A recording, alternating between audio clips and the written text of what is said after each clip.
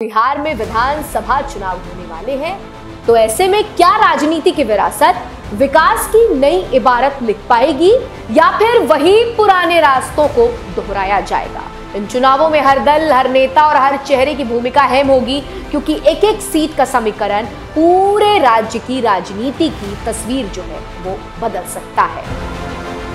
एक ऐसा युवा नेता जिसके क्षेत्र में 90 के दशक में भी 24 घंटे बिजली आती थी। अधिकारी इस डर से बिजली सप्लाई करते थे कि अगर बिजली नहीं दी तो पप्पू यादव पूरे पावर स्टेशन को ही आग लगा देंगे। तो आज इस वीडियो में हम आपको पप्पू यादव की कहानी बताएंगे, उनकी विरासत की कहानी बताएंगे कि कैसे बिहार के एक छोटे से गांव का लड़का स्कूल के दिनों में ही जेल की हवा खाता है और कॉलेज तक आते आते मर्डर के चार्ज में गिरफ्तार हो जाता है। आपसे ज्यादा न 6ठा बार सांसद हूँ, आप हमको सिखाइएगा और आप कृपा पर जीते हैं। मैं अकेला लड़ता हूँ। Independent MP for the time, not tell me. Bihar की राजनीति में खलबली मच जाती है। ये नाम था बिहार के बाहुबली नेता राजेश रंजन उर्फ पप्पू यादव का। राजनीति और विकास दोनों की रेखाएं अक्सर एक दूसरे को काटती भी हैं और मिलती भी हैं। राजनीति वो जमीन है जहां विचार, संघर्ष और सत्ता की चाह जन्म लेती है, जबकि विकास वो मंजिल है जहां जनता अपने सपनों का भविष्य देखती है। विरासत हमें यह सिखाती है कि सत्ता की राजनीति केवल वायदों का खेल नहीं, बल्कि आने वाली पीढ़ियों के लिए छोड़ी गई राह भी है। और जब अब बिहार में विधानसभा चुनाव होने वाले हैं, तो ऐसे में क्या राजनीति की विरासत विकास की नई इबारत लिख पाएगी या फिर वही पुराने रास्तों को दोहराया जाएगा। डिजिटल प्लेटफॉर्म इन खबर पर विरासत में हम इन्हीं सवालों की परतें खोलेंगे। इस धरती पर नेताओं की ऐसी विरासत रही है जिसने सिर्फ राज्य नहीं बल्कि पूरे देश की राजनीति को दिशा दी है। लालू प्रसाद यादव की विरासत, नीतीश कुमार का अनुभव, रामविलास पासवान जैसे दिग्गज की यादें, चिराग पासवान और तेजस्वी यादव जैसे नई पीढ़ी की राजनीति, यही बिहार की सियासत की असली तस्वीर है। लेकिन इन सब के बीच एक नाम है जो हमेशा सुर्खियों में रहता है, पप्पू यादव। जी हाँ, वही पप्पू यादव जिनकी राजनीति भीड़ से अलग नजर आती है। कभी उन पर आपराधिक छवि के आरोप लगे, उनकी सांसद सदस्यता भी रद्द हुई और लंबे समय तक वो विवादों में रहे, लेकिन इन सब के बावजूद वो जनता से सीधे जुड़े रहने वाले नेता बने रहे। निर्दलीय सांसद के तौर पर उन्होंने अपनी अलग पहचान बनाई। पप्पू यादव की यही दोहरी तस्वीर आरोपों से घिरे होने के बावजूद जनता के बीच पैठ बनाए रखने की उन्हें बिहार की सियासत का सबसे दिलचस्प किरदार बनाती है।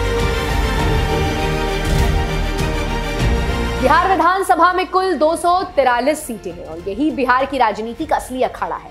आने वाले विधानसभा चुनाव में इन सभी 243 सीटों पर मतदान होना है। यहीं से तय होगा कि सत्ता की कमान किसके हाथ में जाएगी और राज्य का भविष्य किस दिशा में बढ़ेगा। इन चुनावों में हर दल, हर नेता और हर चेहरे की भूमिका अहम होगी, क्योंकि एक एक सीट का समीकरण पूरे राज्य की राजनीति की तस्वीर जो है वो बदल सकता है। 17 सितंबर 1995 की रात ठंडी हवा चल रही थी, आसमान में बादल थे और पश्चिम बंगाल के एक छोटे से गांव की नींद गहरी थी। लेकिन उस रात कुछ ऐसा हुआ जो ना सिर्फ उस गांव बल्कि पूरे देश को हिला कर रख दिया। करीब आधी रात के वक्त एक रूसी कार्गो प्लेन कराची के रास्ते भारतीय वायु सीमा में दाखिल होता है, बिना किसी इजाजत के। किसी को भनक तक नहीं लगती, ना एयर डिफेंस को, ना एयर ट्रैफिक कंट्रोल को। प्लेन पश्चिम बंगाल के पुरुलिया जिले के ऊपर मंडराता है और अंधेरे में गांव के ऊपर बक्से गिराकर गायब हो जाता है। गांव वाले खेतों में बिखरे उन लोहे के बक्सों को देखकर चौंक जाते हैं।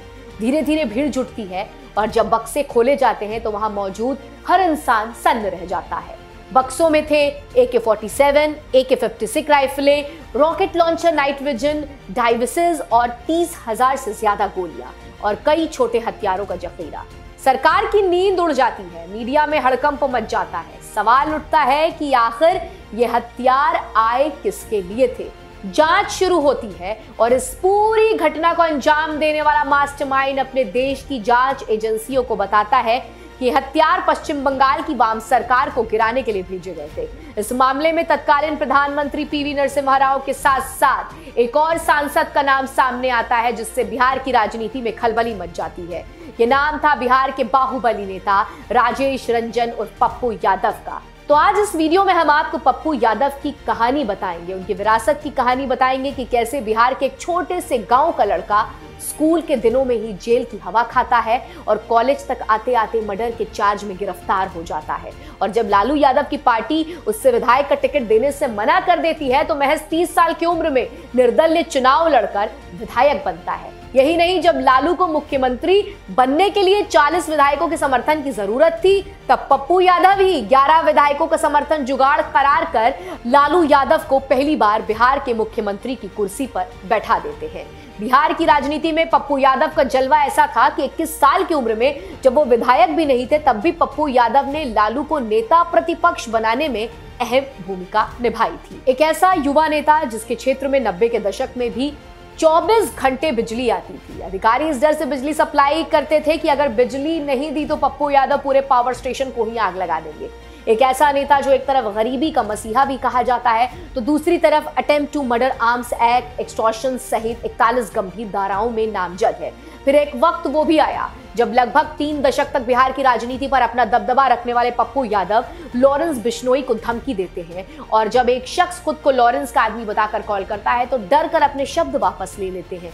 लोकसभा चुनाव तक पप्पू यादव पर अधिकारियों के साथ दुर्व्यवहार या मारपीट के 6 मामले दर्ज थे।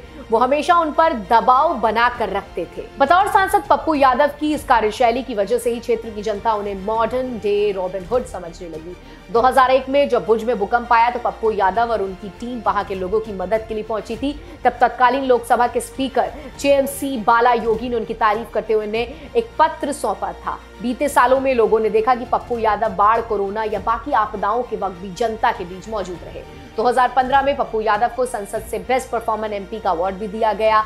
पप्पू यादव उन नेताओं में से हैं जिन्होंने सोशल मीडिया को काफी अच्छे से यूटिलाइज किया है।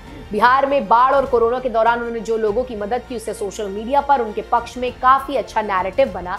सोशल मीडिया पीआर ने भी पप्पू यादव की आपराधिक छवि को काफी हद तक बदल दिया। बिहार में अपराध के पोस्टर बॉय से पप्पू यादव लोगों के बीच गरीबों का जो है वो मसीहा माने जाते हैं। पप्पू यादव वही सांसद हैं जिन्होंने रीनीट की टी-शर्ट पहनकर संसद में शपथ ली थी। शपथ ग्रहण के बाद पप्पू यादव ने बिहार के लिए विशेष राज्य का दर्जा मांगा। इसके बाद उन्होंने सीमांचल जिंदाबाद, मानवता जिंदाबाद के नारे लगाए तो किरण रिजिजू ने उन्हें टोक दिया। पप्पू यादव ने पलटकर कहा, आपसे ज्यादा 6ठी बार सांसद रहा हूं, आप हमको सिखाइएगा।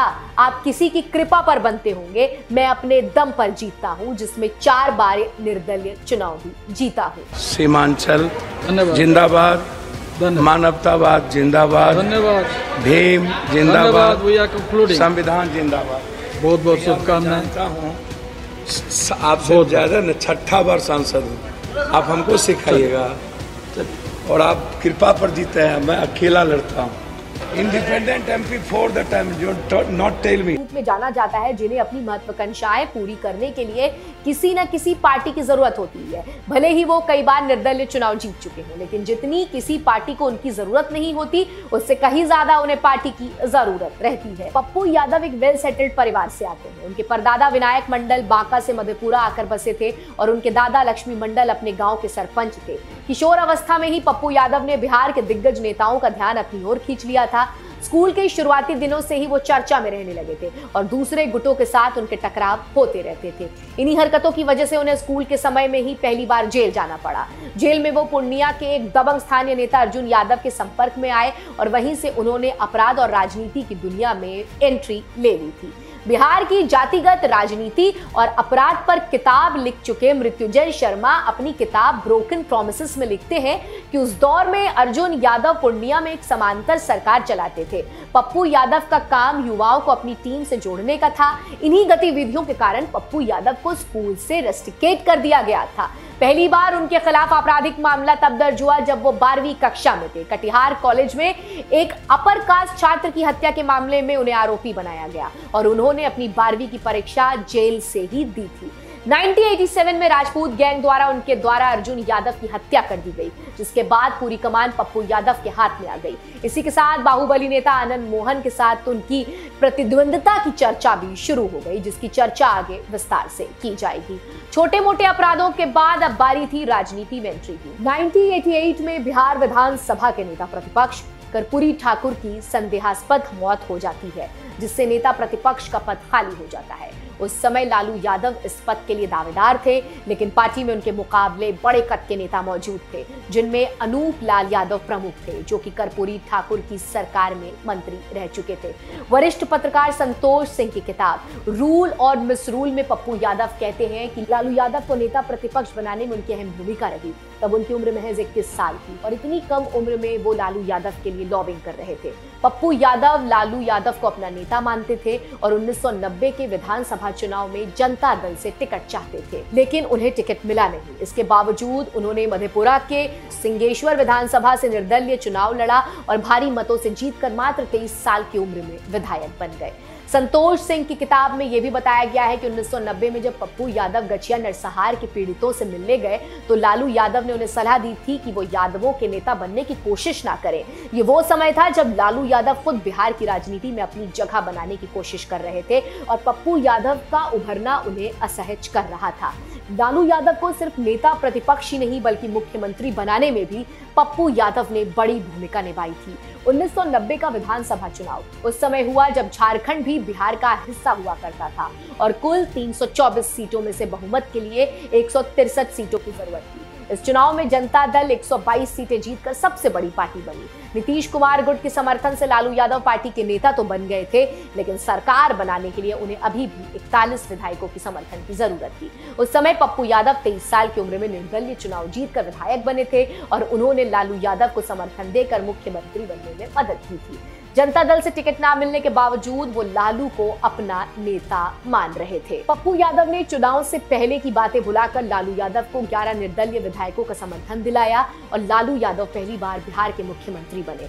लालू और पप्पू यादव कितनी बार एक दूसरे के साथ आए या आना चाहते थे, इसकी कोई गिनती नहीं है। पप्पू यादव अपनी आत्मकथा में लिखते हैं कि एक बार उनके भरोसे केंद्र की सरकार भी टिकी थी। उन्होंने बताया कि साल 2008 के विश्वास मत के दौरान यूपीए और एनडीए दोनों ने उन्हें उनके करीबी सांसदों को समर्थन के एवज 40-40 करोड़ रुपए देने की पेशकश की थी।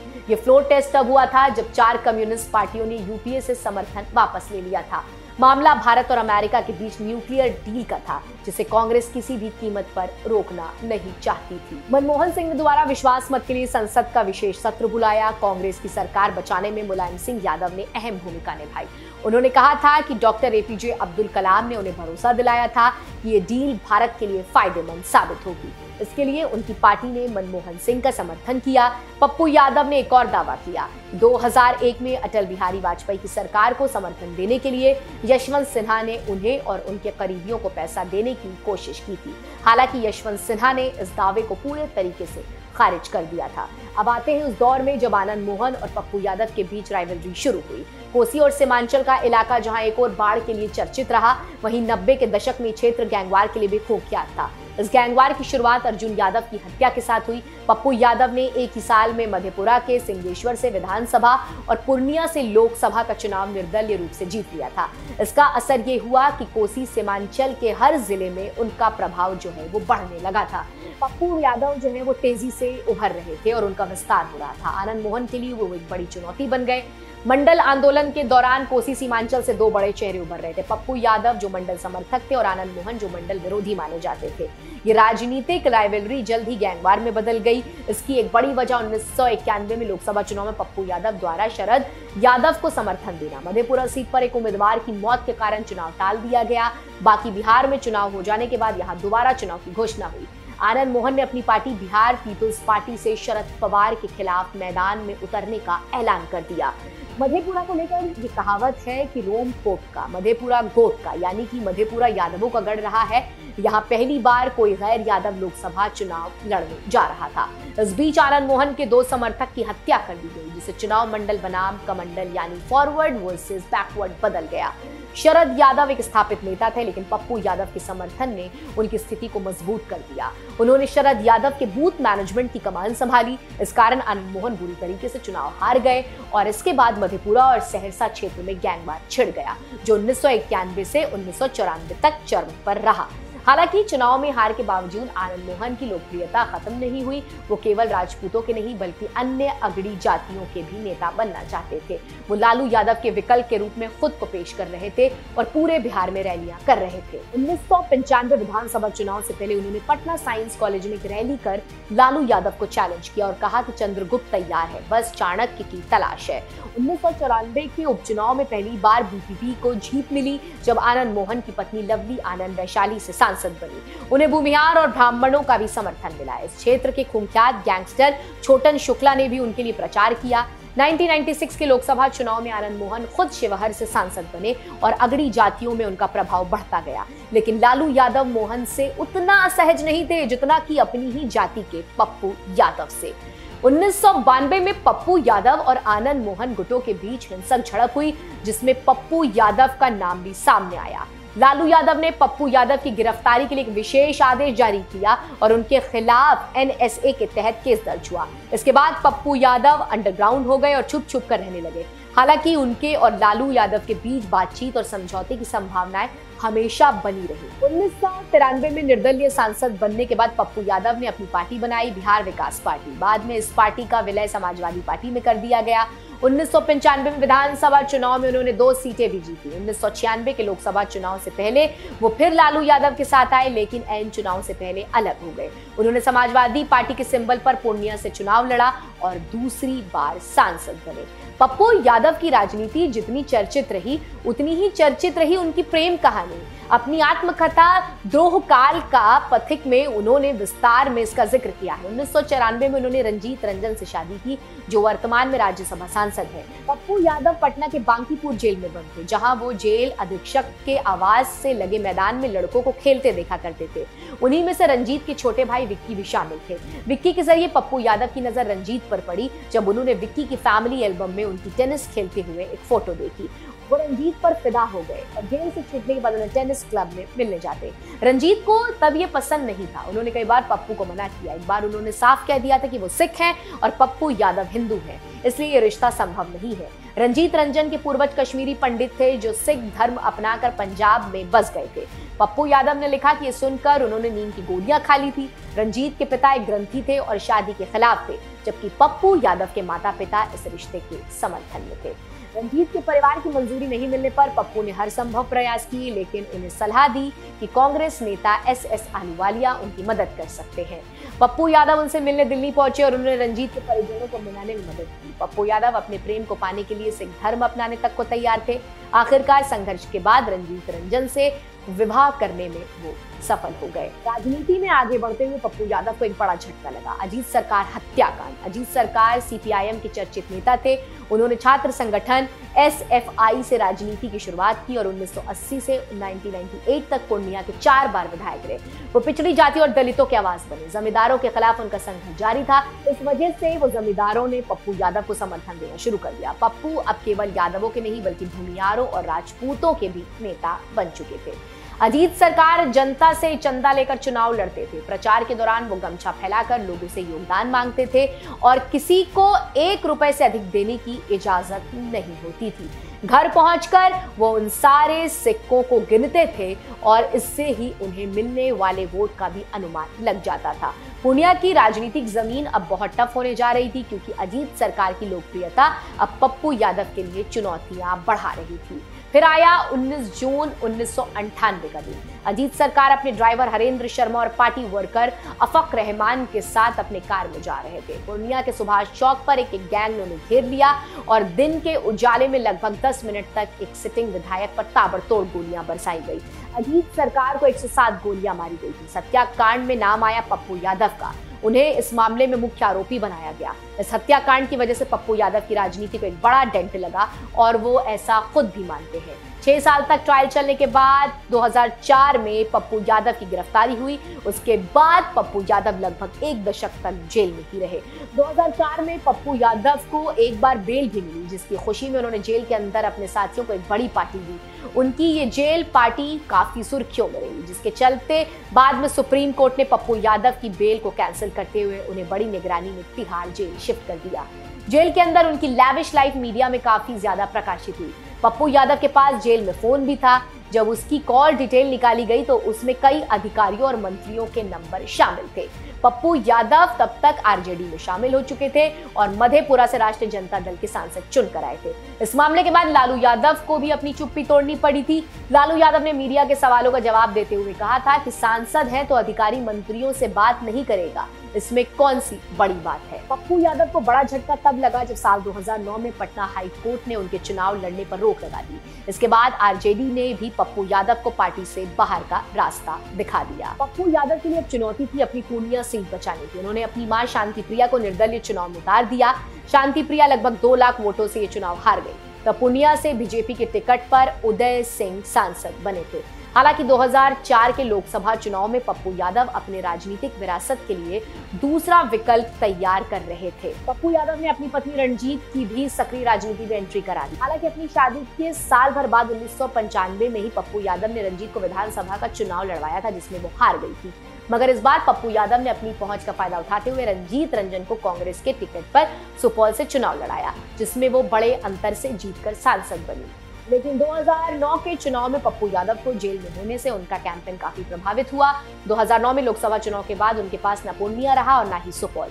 मां और पत्नी दोनों चुनाव हार चुकी थी। यहाँ से पप्पू का राजनीतिक करियर कैसे पटरी पर लौटा, उस पर बात करने से पहले पप्पू यादव का एक और विवादित किस्सा जान लेते हैं, जो था कि Purulia arms drop case. Pappu Yadav तब एक बार और विवादों में आए जब उन पर आरोप था कि उन्होंने पुरुलिया आर्म्स ड्रॉप केस में मुख्य अभियुक्त किंग डीवी को देश से भागने में मदद की। पप्पू यादव पर यह आरोप इस वजह से भी गहराने लगा क्योंकि वो और उनका परिवार आनंद मार्ग से जुड़ा रहा है। पश्चिम बंगाल की लेफ्ट सरकार भी तब खुलकर केंद्र सरकार और पप्पू यादव पर सवाल खड़े कर रही थी। इन तमाम विवादों के बीच पप्पू यादव के बीच 2013 का साल बहुत बेहतर रहा।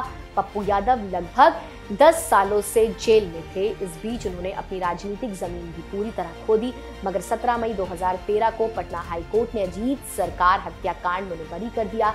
जस्टिस वीएन सिंह और जस्टिस के लाल की बेंच ने सबूतों के अभाव में पप्पू यादव और उनके 2 साथियों को बरी करते हुए फैसला सुनाया। चूंकि पप्पू यादव इसके अलावा किसी और केस में वांटेड नहीं है, तो उन्हें तत्काल प्रभाव से रिहा कर दिया जाए। जेल से बाहर आने के बाद पप्पू यादव के सामने बड़ी चुनौती थी खुद को राजनीति में जिंदा रखने की। पप्पू यादव के जेल के बाहर निकलते ही उन्हें फिर से आरजेडी में शामिल होने का मौका मिला, मगर इस बार हालात ऐसे नहीं थे। पप्पू यादव को काफी असहज करने वाले थे, मगर राजनीति में खुद को जिंदा रखने के लिए फैसला लेना भी जरूरी है। 2014 में जब बीजेपी और जेडीयू ने अलग अलग चुनाव लड़ा, तब शरद यादव को जेडीयू ने मधेपुरा से चुनाव मैदान में उतारा। यादव ने पप्पू यादव को मधेपुरा सीट से चुनाव लड़ने को कहा, मगर पप्पू यादव अपनी राजनीतिक गुरु के खिलाफ चुनाव नहीं करना चाहते थे। वो चाहते थे कि पूर्णिया से टिकट मिला जाए और जब तक जीतते आ रहे। लेकिन लालू यादव ने कहा कि वो कांग्रेस को पूर्णिया सीट देने का वादा कर चुके हैं, इसलिए उनके पास बस यही विकल्प बचा है। खैर, पप्पू यादव मधेपुरा से चुनाव लड़े और लगभग 1 लाख वोटों से जीतकर चौथी बार सांसद बने। इसी चुनाव में रंजीत रंजन भी सुपौल से लड़कर दोबारा सांसद बनी। राजनीति में इंसान किस कदर समझौता कर सकता है, इसकी बानगी 2014 में लोकसभा चुनाव के प्रचार में भी थी। चुनाव से एक दिन पहले ही शरद यादव एक महिला से जीत का आशीर्वाद लेने जाते हैं। ये महिला कोई और नहीं बल्कि आनंद मोहन की मां गीता देवी थी। पप्पू यादव और आनंद मोहन के बीच गैंग वॉर की शुरुआत इसलिए हुई थी कि पप्पू यादव चुनाव में शरद यादव की मदद कर रहे थे। अब जब पप्पू यादव और शरद पवार आमने सामने थे, तब अगड़ी जाति और विशेषकर राजपूतों का वोट लेने के लिए शरद यादव ने ये मास्टर स्ट्रोक चला था, लेकिन वो फेल हो गया। हालांकि लंबे समय तक जब आनंद मोहन और पप्पू यादव दोनों जेल में रहे, तो ये गैंग वहीं खत्म हुई, तो दोनों की दुश्मनी भी खत्म होती चली गई। 1994 में एक भीड़ ने गोपालगंज के डीएम कृष्णा याना मोहन को भी अभियुक्त बनाया। 2007 में निचली अदालत ने इस मामले में आनंद मोहन को फांसी की सजा सुनाई थी, मगर 2008 में पटना हाई कोर्ट ने इसे उम्र कैद में बदल दिया। इस हत्या के मामले में आनंद मोहन ने लगभग 15 साल जेल में काटे। फिर 2023 में बिहार सरकार ने जेल के रूल्स में बदलाव किए और आनंद मोहन समय से पहले ही रिहा हो गए। रूल्स में किए गए इन बदलावों के पीछे भी राजनीति को एक वजह माना जाता है। 15 फरवरी 2023 बिहार की राजनीति में रुचि रखने वाले लोगों के लिए यह दिन काफी चौंकाने वाला था। इस तारीख को आनंद मोहन की बेटी सुरभि आनंद की शादी थी। इसमें पप्पू यादव भी बतौर मेहमान शरीक हुए थे। ऐसी तस्वीर भी आई जिसमें पप्पू यादव, आनंद मोहन और उनके बेटे से गले मिल रहे थे। लेकिन 2014 लोकसभा चुनाव के बाद पप्पू यादव ने एक ऐसा फैसला लिया जिसे हम अपने पैरों पे कुल्हाड़ी मारना जैसा कह सकते हैं। पप्पू यादव हमेशा से लालू यादव की राजनीतिक विरासत को संभालना चाहते थे, मगर शुरुआती दिनों में खुद लालू यादव उनसे असहज थे। अब लालू अपने बेटे तेजस्वी को लॉन्च करने की तैयारी कर रहे थे। लोकसभा चुनाव के बाद नीतीश और लालू के बीच 15 सालों का तकरार खत्म हुआ। 2015 विधानसभा चुनाव को लेकर गठबंधन बनना तय हुआ कि जीत के बाद नीतीश कुमार मुख्यमंत्री बनेंगे और तेजस्वी उप मुख्यमंत्री। इस फैसले से पप्पू काफी नाराज हुए। इसके बाद पप्पू यादव नीतीश कुमार और मुख्यमंत्री जीतन राम मांझी के खिलाफ ही बोलने लगे। 7 मई 2015 को एंटी पार्टी एक्विटीज के कारण पप्पू यादव को पार्टी में से 6 सालों के लिए निष्कासित कर दिया गया। दल का अनुशासन होता है, दल का मर्यादा होता है, दल का नियम और नीति होता है और नेतृत्व के प्रति वफादारी और समर्पण होता है, ना तो जो है वो पार्टी के मानक और मापदंडों को मानने का काम हुआ। इसलिए पप्पू यादव माननीय सांसद को 6 सालों के लिए पार्टी से निष्कासित करने का काम किया गया। निष्कासन के बाद पप्पू यादव ने बयान दिया कि लालू अपने बेटे और उनके उत्तराधिकारी को बनाना चाहते हैं और वो बस इसी वजह से उन्हें पार्टी से निकाला गया है। लालू यादव के राजनीतिक वारिस पप्पू यादव ना हो जाएं और यादव और पिछड़ा पप्पू के लीडरशिप पर यादव इसके बाद पप्पू यादव ने अपनी एक पार्टी बनाई थी जिसका नाम था जन अधिकार पार्टी, जिसे जाप भी कहा जाता है। पप्पू यादव ने 2015 में कई सीटों पर अपने उम्मीदवार उतारे लेकिन एक भी नहीं जीत सके। पप्पू यादव के लिए बस एक अच्छी चीज ये थी कि दोनों पति और पत्नी अभी भी सांसद थे। फिर आया 2019 का लोकसभा चुनाव। पप्पू यादव के लिए फिर से राजनीति में बने रहने के लिए चुनौती थी, मगर आरजेडी के साथ संबंध इतने खराब हो चुके थे कि आगे की राह मुश्किल लग रही थी। पप्पू यादव मधेपुरा से निर्दलीय चुनाव में उतर गए और ये उनके राजनीतिक करियर की सबसे बड़ी भूल थी। इस चुनाव में उनकी जमानत जब्त हो गई। सुपौल सीट से रंजीत रंजन भी चुनाव हार गई, लेकिन सुकून की बात यह रही कि जून 2022 में कांग्रेस ने उनकी पत्नी रंजीत रंजन को छत्तीसगढ़ से राज्यसभा भेज दिया। पप्पू यादव ने अपनी राजनीति बचाने के लिए 2020 में बिहार विधानसभा का भी चुनाव लड़ा, जिस कोसी क्षेत्र में पप्पू ने 23 साल की उम्र में निर्दलीय चुनाव जीता था। उसी क्षेत्र के मधेपुरा सीट पर और उनकी जमानत जब्त हो गई, जिसके बाद पप्पू ने मान लिया था कि पप्पू यादव की राजनीति अब पूरे तरीके से खत्म हो चुकी है, बस वो अपना प्रेजेंस दिखाने के लिए बने हुए हैं। मगर खेल अभी बाकी था और अब बारी की 2024 लोकसभा चुनाव की, जब पप्पू यादव की जीत को तेजस्वी की सबसे बड़ी हार के रूप में देखा गया। एकजुट रहना, किसी के धोखे में नहीं आना, और ये कोई एक व्यक्ति का चुनाव नहीं है, दो धारा, या तो फिर एनडीए या तो इंडिया। तो आप इंडिया को चुनो और इंडिया अगर नहीं तो चुने हो तो बीमा भारती को एनडीए चुन रहे हो। साफ बात, लोकसभा चुनाव में अपने पीक पर था, लेकिन तेजस्वी यादव एक सप्ताह तक पूर्णिया में ही अपने उम्मीदवार के लिए कैंपेन करते रहे। उम्मीदवार थी बीमा भारती, जो कि जेडीयू की विधायक हुआ करती थी। बिहार विधानसभा में जेडीयू विधायक बीमा भारती फ्लोर टेस्ट के दौरान सदन में मौजूद नहीं थी। बाद में पता चला कि वो नीतीश सरकार को अपना समर्थन देना चाहती थी। उनकी इस वफादारी का इनाम भी आरजेडी के सिंबल पर पूर्णिया से लोकसभा का टिकट पप्पू यादव बीते 2 साल में उस पर अपनी तैयारी कर रहे थे। पप्पू यादव पूर्णिया को लेकर इतने डेस्परेट थे कि आरजेडी में विलय करने तक को तैयार हो चुके थे, मगर लालू यादव को ये मंजूर नहीं था। लोकसभा चुनाव से पहले लालू और पप्पू यादव की एक मुलाकात हुई, जिसके बारे में पप्पू यादव ने कहा कि उन्हें पूर्णिया छोड़ने के लिए मधेपुरा और सुपौल की 2 सीटें दी जा रही थी, लेकिन वो कह रहे थे कि पूर्णिया उनकी मां है और वो अगर चुनाव लड़ेंगे तो यहीं से लड़ेंगे। लेकिन जानकारों की माने तो लालू यादव बीमा भारती का नाम तय कर चुके थे। यही कारण रहा कि इंडिया गठबंधन में सीटें तय होने से पहले ही बीमा भारती को आरजेडी का सिंबल दे दिया गया।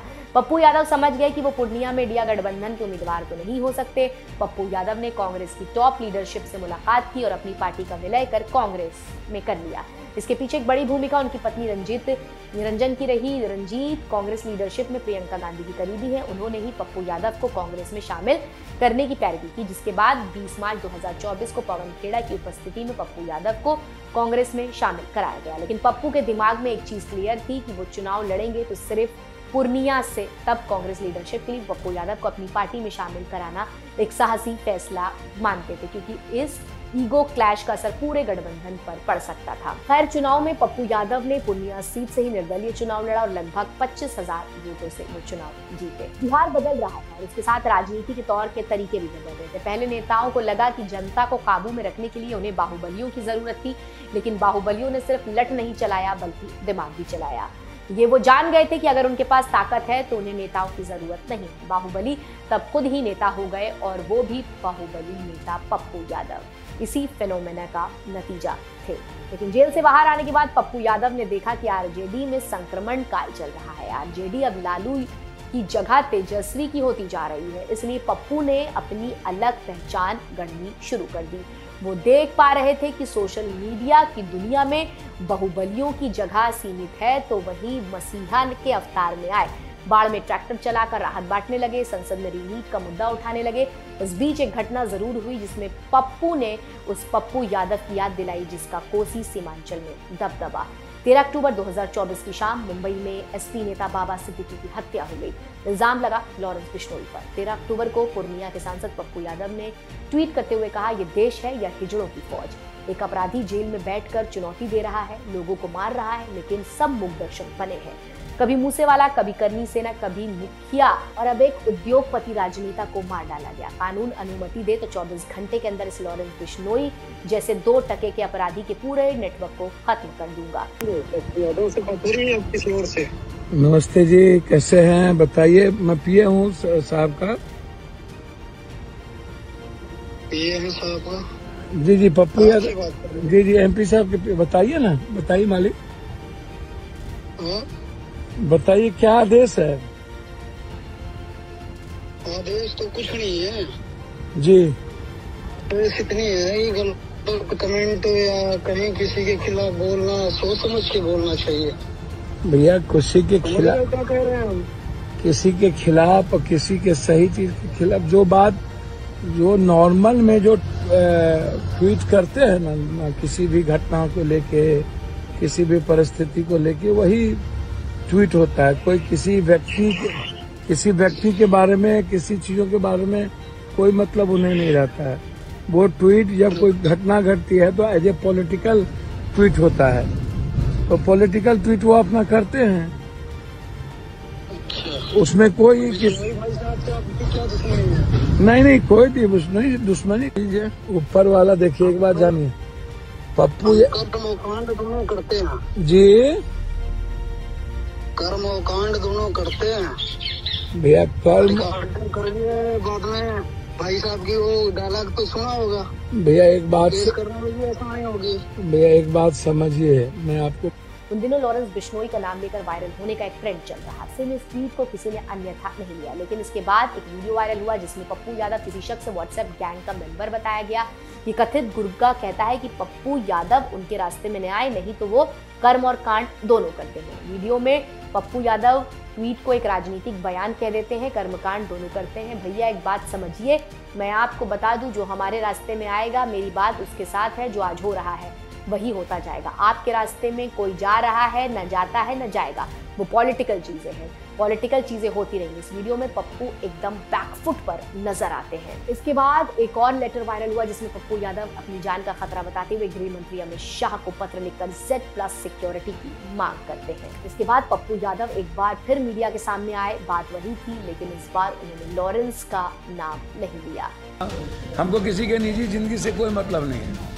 मारो, बाबा सिद्दीकी को मारे हो, सलमान को मारो और अब्राहम को मारो, जिसको मारना हो मारो, लेकिन मैं अपना दायित्व तो करूंगा ना भाई। सरकार को मैं जगाऊंगा ना कि ये गलत है। किससे किसकी निजी दुश्मनी है, पप्पू यादव को कोई लेना देना।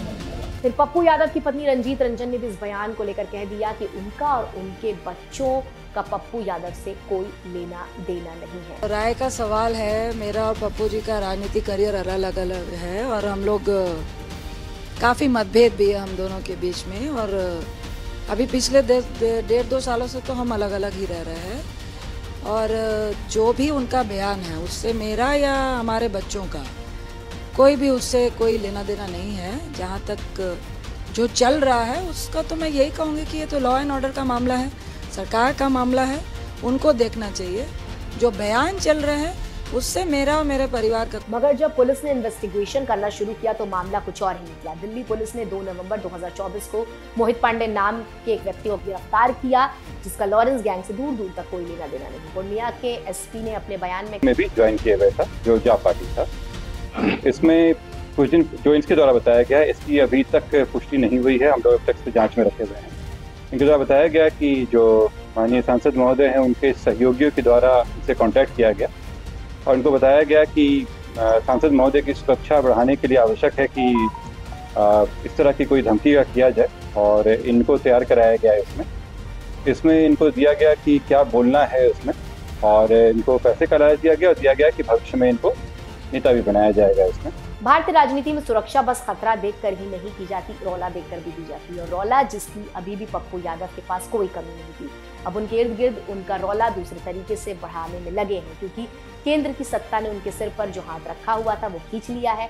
ये पप्पू यादव उनके ब्रांड और उनकी राजनीति के बारे में क्या कहता है, उनका फैसला हम आप पर छोड़ते हैं। तो ये थी पप्पू यादव की राजनीति विरासत की पूरी कहानी। ऐसे ही हम और भी बिहार के नेताओं की विरासत और उनके विकास की कहानी आप तक पहुंचाते रहेंगे। ऐसे ही तमाम अहम वीडियो और ऐसी कहानियों से जुड़े रहने के लिए बने रहिए इंडिया न्यूज के डिजिटल प्लेटफॉर्म इन खबर के साथ।